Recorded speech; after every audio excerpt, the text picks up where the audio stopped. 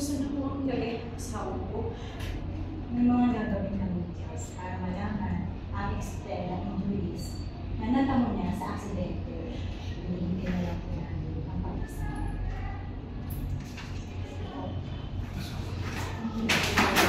Asa ko naman po si Tony? Nasabi ko na po sa asawa. Ha? Hoy!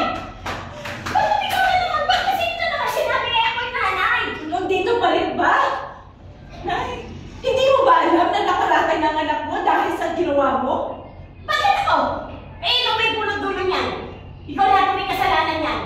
Lahat ng kaperwisyuhan na nangyayari sa akin, ikaw may kasalanan, ikaw may kasalanan. Pababalagay talaga kita, pababalagay. Ako talaga! Papabalagay Ay, mo! sino ka? Talaga Ako ang dulong ko. Sige! Sige, pabarangay niyo ako. Haharapin ko kayo doon. Kapalang mukha ko? Tignan natin ang kapalang mukha ko pagka nasa rin ka na.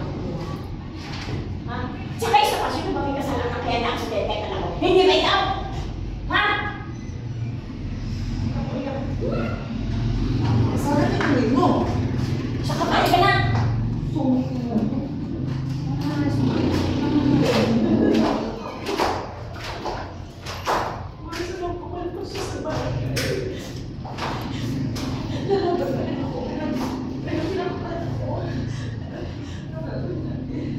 Mars, makinig ka sa akin. Hindi tayo magkapatalo dun sa dalawa, ha? Sumusobra na talaga siya. Pati yung kumain ng tsaka. Naku ba sa Mars, makinig ka, ha? Tutulungan kita, lalaban tayo. Kaya naman huwag ka na mag-alala, okay?